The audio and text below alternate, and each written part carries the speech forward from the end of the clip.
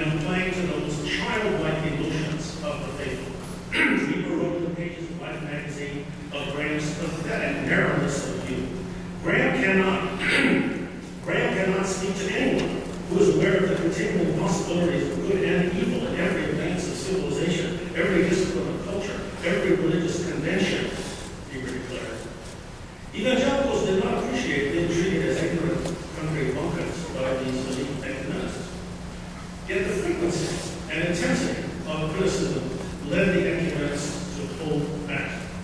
The most thorough historian of the civil rights activities of the National Council, James F. Finlay, Jr., concludes that its leaders were intimidated throughout the 1950s and very early 1960s by these attacks. Only in 1963, the year in which the Christian Century published King's letter from Birmingham jail, did ecumenical leaders return to the level of anti-racist engagement they had displayed in the 1940s. 1963 proved to be late in the day. Shortly after the ecumenical leadership renewed and intensified its anti-racist program, national conflicts over civil rights, feminism, sex, and Vietnam produced a crisis that ended the Protestant establishment, diminished the authority of all its constituent denominational bodies, and paved the way for the triumph of the evangelicals. These escalating conflicts not only exposed at last the gap between the leadership and the churchgoers, but created a new challenge. While these church leaders were trying to bring the people in the pews up to speed, the leaders were rapidly left behind by the highly articulate minority who gravitated toward the Berkeley-Cambridge axis because they found the churches too moderate and clunky in the task of liberating the captives. But for some Protestants, the established leadership was going too far, too fast. Those white Protestants, less concerned to liberate the captives, were able to find religious cover in the increased credibility of evangelical claims to speak for American Christianity. 2 decades of concerted effort by the increasingly media-savvy evangelicals had placed before the public a face of Christianity very different from that displayed by Harry Emerson Fosdick and the Christian Century.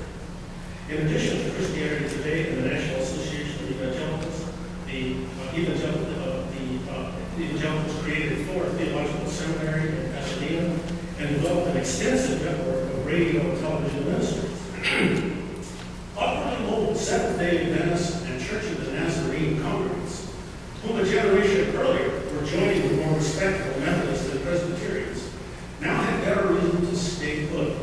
Unlike in the past, they now saw the churches of their nativity recognized as real on television and radio and in national politics, and one could be now comfortably and confidently Christian without taking on the social obligations the ecumenical leaders insisted were incumbent upon any authentic Christian witness in the circumstances of the times.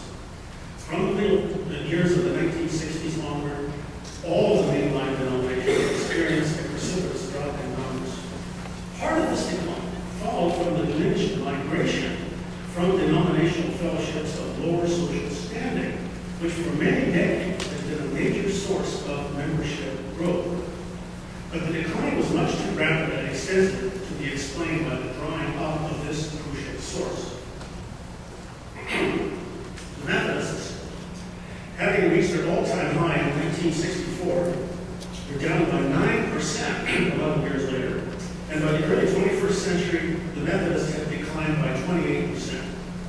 Episcopalian membership peaked in 1967, and only 8 years later was down by 9%.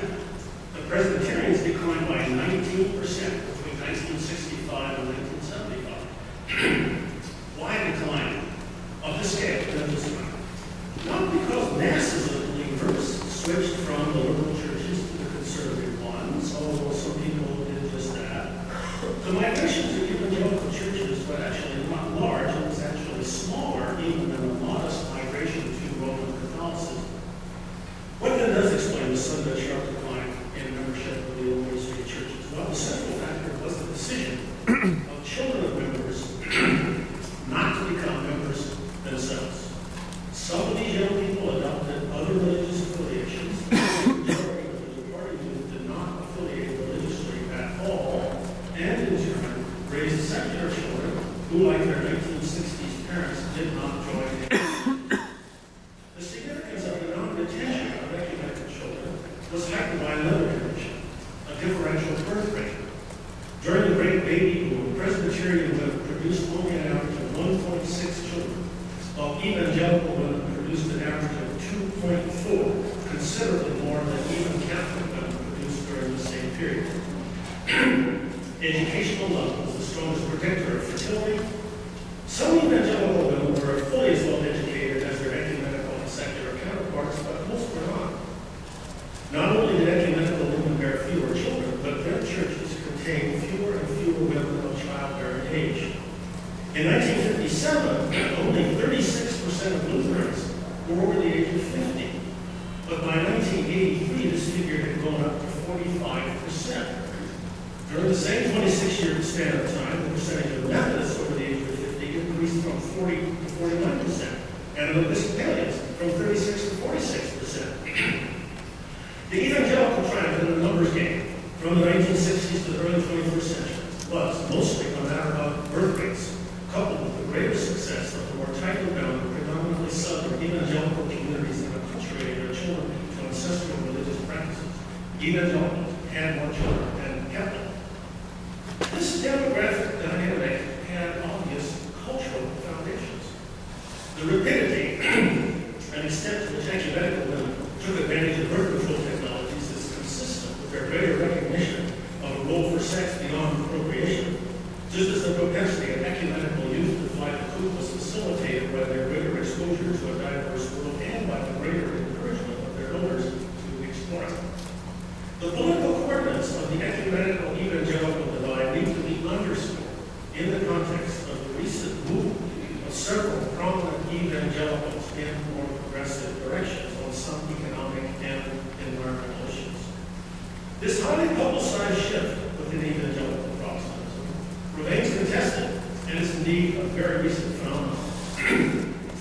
During the pivotal 1960s and 70s and 1980s and even thereafter, the liberal-conservative political divide mapped quite easily onto the ecumenical evangelical divide.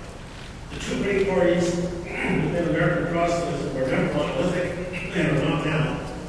It will not do to suppose that everyone on one side or the other thinks and behaves identically, but the overall pattern is clear.